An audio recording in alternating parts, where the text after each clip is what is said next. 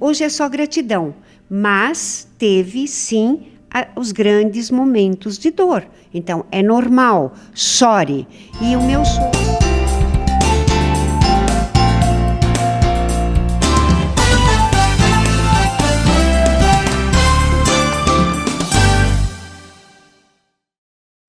Eu sou a Gi Pavan e está no ar mais um programa da Gi pela TV Brusque, canal 21 da NET. Sejam todos muito bem-vindos no oferecimento de Lemos Esportes e também Oral Sim. Gente, eu vim toda assim hoje no tênis, achando que a minha entrevistada ia vir assim na camisetinha. Olha só, Rodrigo, dá um close nesta mulher aqui toda. Essa mulher super califragilítica, acertei! Bernadette Rocha, seja muito bem-vinda, querida. Muito obrigada, meu anjo. E eu vim assim, arrumadinha para fazer jus a esta apresentadora supercalifragilítica, né? Querida, muito obrigada por ter aceito o convite. Imagina, e nós vamos prazer. falar para as mães especiais. Gente, domingo é dia das mães, mas eu quero tocar num assunto que é assim, ó, para você que é mãe de uma criança especial, de uma criança diferente. Vamos falar um pouquinho disso, um bate-papo assim, dentro dos nossos minutos, porque a gente gosta de falar.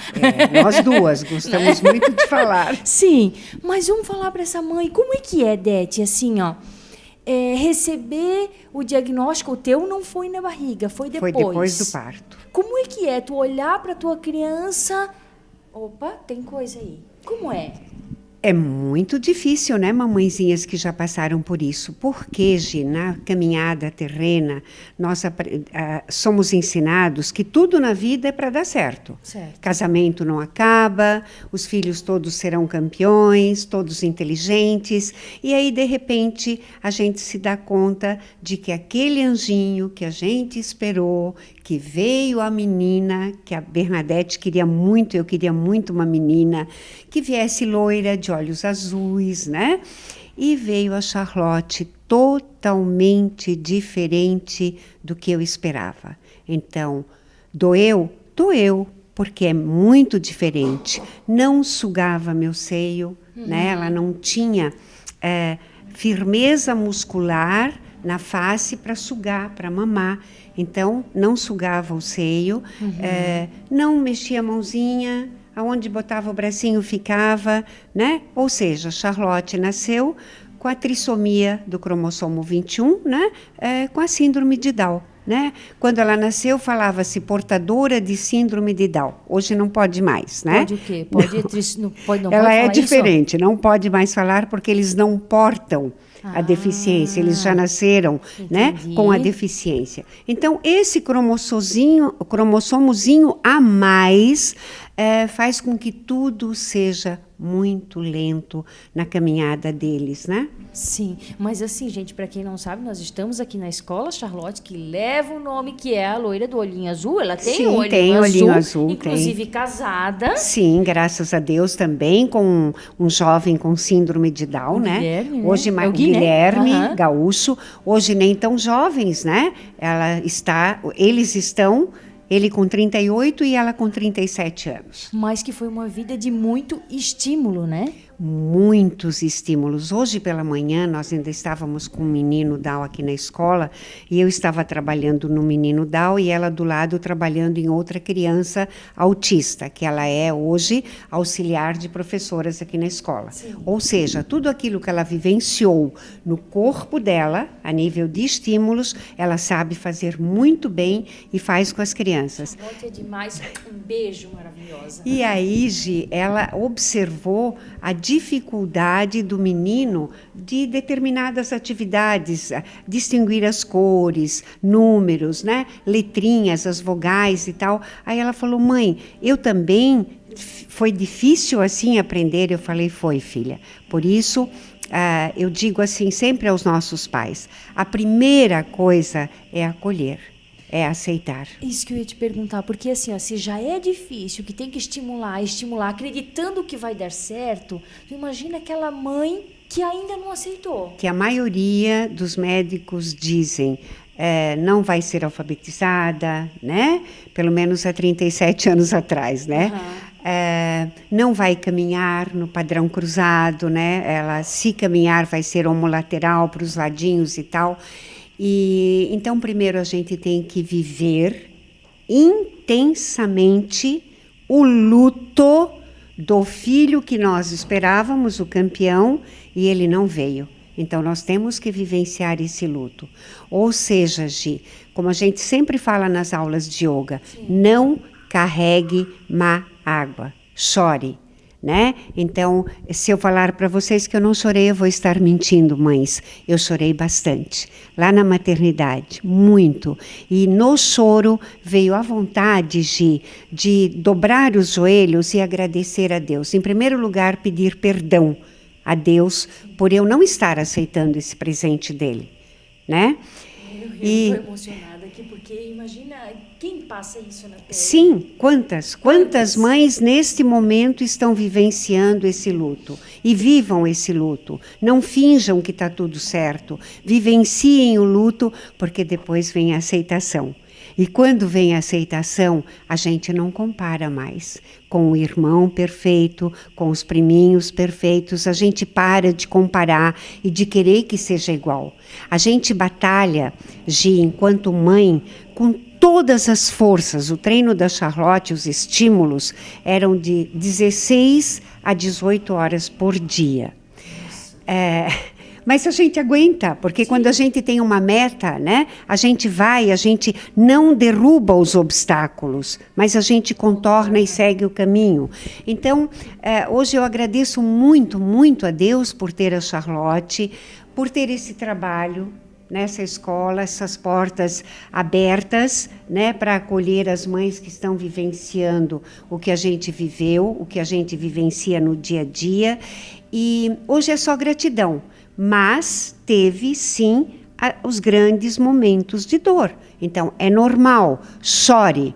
E o meu choro, lá na maternidade, a resposta divina veio muito rápida. Porque uma mãe, o Rodrigo deve até saber de quem eu vou falar agora, da família Maurice, naquela noite, perdeu a filha de 15 anos num acidente de carro, loira de olhos azuis. E aí foi a hora que eu não perguntei mais para Deus ali ajoelhada, orando, por que, Senhor? Por que tu me desse essa menina assim, essa bonequinha quebrada, quando eu queria uma menina normal? Por que, Senhor? Eu parei, pedi perdão e disse, para que, Senhor? Para que tu me destes esse presente? Eu vou aprender com esse lindo presente e me perdoa, porque já faziam 6 horas e eu ainda não tinha agradecido. Aí eu agradeci do âmago do meu ser a vinda da Charlotte.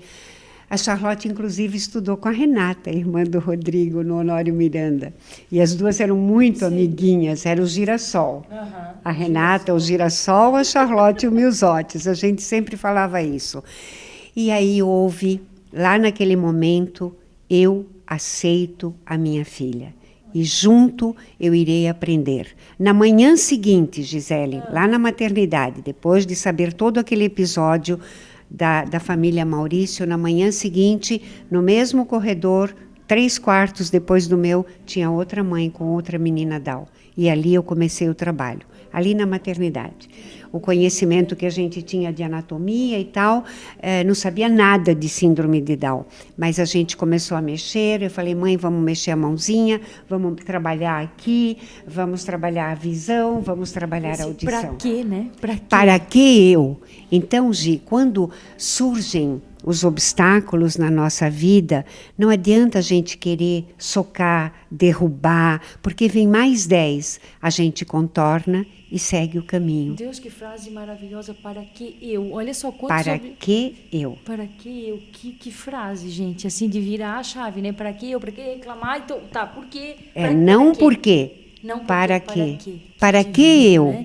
Né? Porque assim, né? Aí quando não vem a aceitação da mãe, quantos casos que o pai olha a criança, aí diz assim, não, isso eu não dou conta disso, tchau. Acontece, né? Muito. Quantas É separações muito comum. acontecem que aquela mãezinha que já não estava aceitando, de repente tem que se haver com essa criança e o parceiro que era para estar ali do lado diz, não, eu não dou conta disso, tchau e benção, e fica essa mãe. Infelizmente. Sim. É comum, não é raro. Os pais que abandonam, vão embora, que não assumem, né? Porque, Gi, nós nascemos mulheres e nós temos a força geradora de vida. Sim. Nós temos curvas que isso dá maleabilidade. Então, com dor, chorando, contornando, a gente vai adiante e daqui a pouco a gente abre os braços e diz, vem cá, você é meu, você é minha, e eu vou com todas as forças da minha vida, com a ajuda do Pai Maior, fazer o possível para que você melhore naquilo que for possível.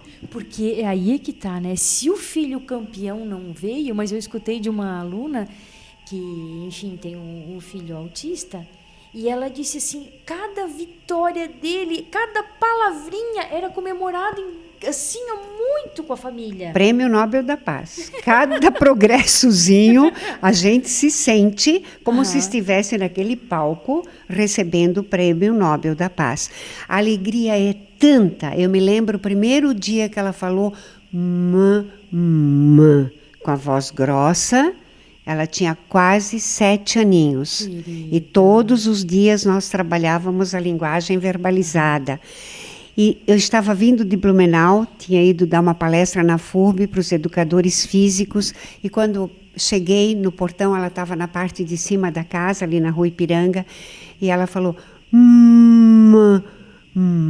ai, que alegria, não é, mãezinhas? Ai, que alegria, e é você, paizinho, que está junto da tua esposa, a você, pai, que é o sol do teu lar, pega na mão da tua esposa, abraça a tua esposa e os dois juntos vão longe, porque esses anjos vêm, como todos os filhos, para nos ensinar.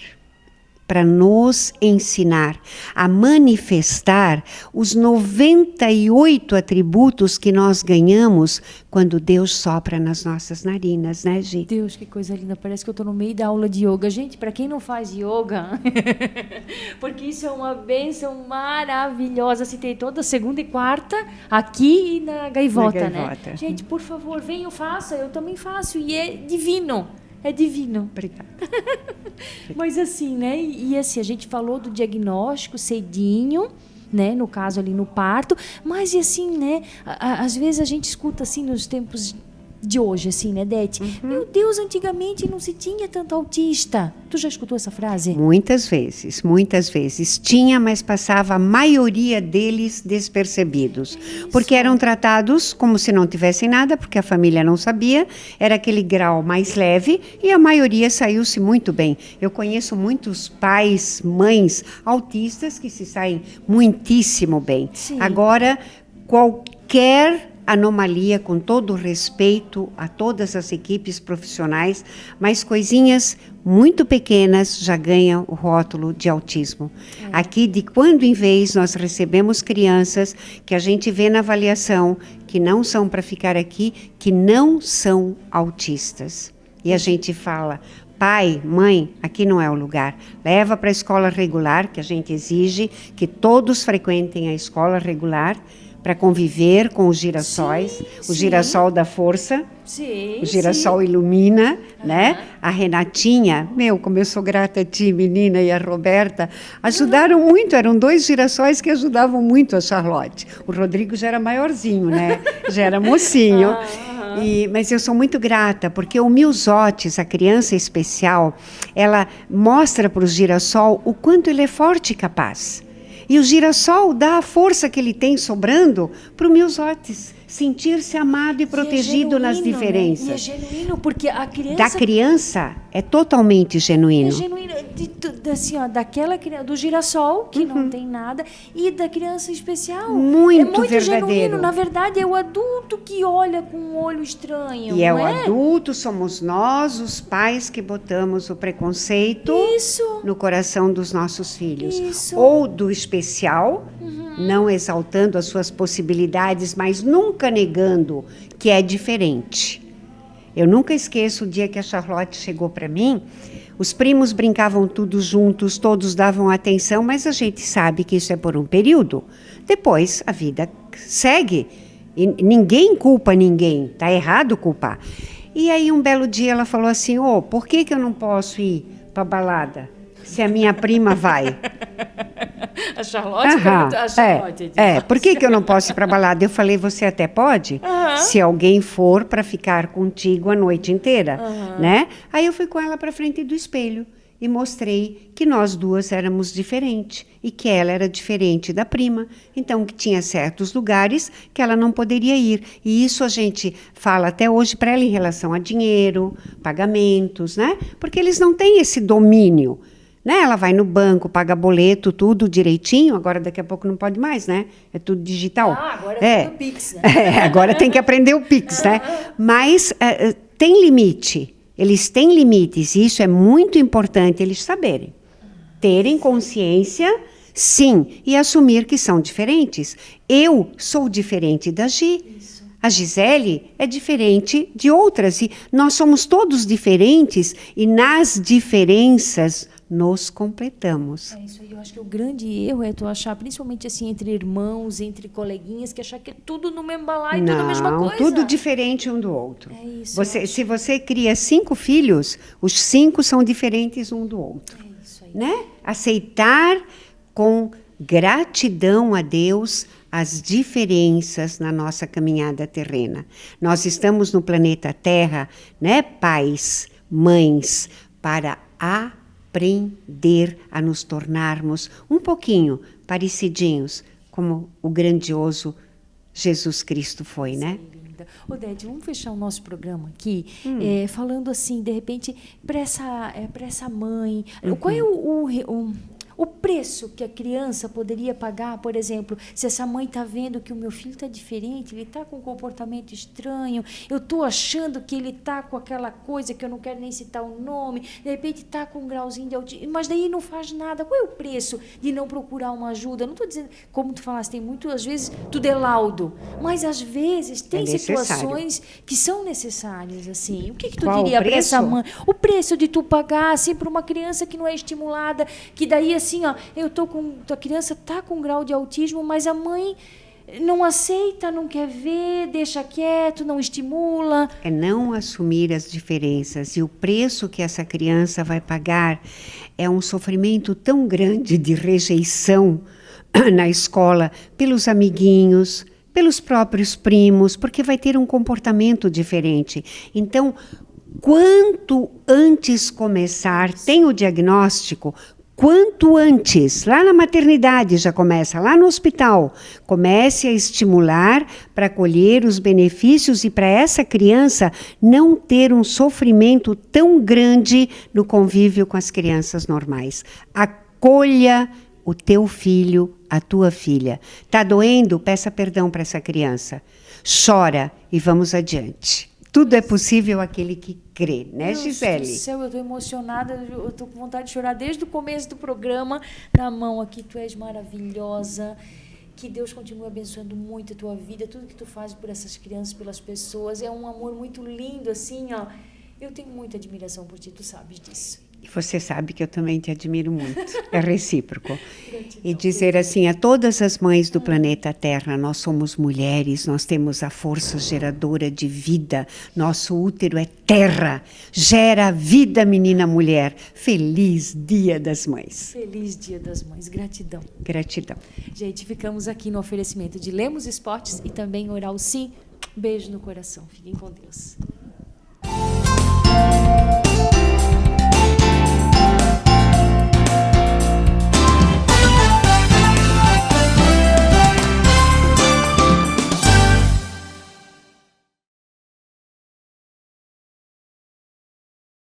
A Gi pergunta, doutor Luiz da Oral Sim, responde. Doutor, às vezes a gente olha aquela pessoa com um sorriso bonito, branquinho, tudo arrumadinho, nada fora do lugar. Como faz? Tem um segredinho aí, muitas vezes? É verdade. Então, Gi, esse tratamento ele pode estar associado ao clareamento dental, mas na maioria das vezes é necessário o uso das facetas, porque o clareamento ele tem um grau de efetividade. A partir daquele grau, a gente precisa de repente o paciente falou, ó, doutor, eu quero ir mais branco ainda. Então aí é a faceta que vai realmente resolver o problema, vai fazer com que o dente fique mais branquinho. Aqui a gente tem uma réplica aqui que foi feita com uma impressora 3D. Deixa eu segurar aqui, peraí. Isso.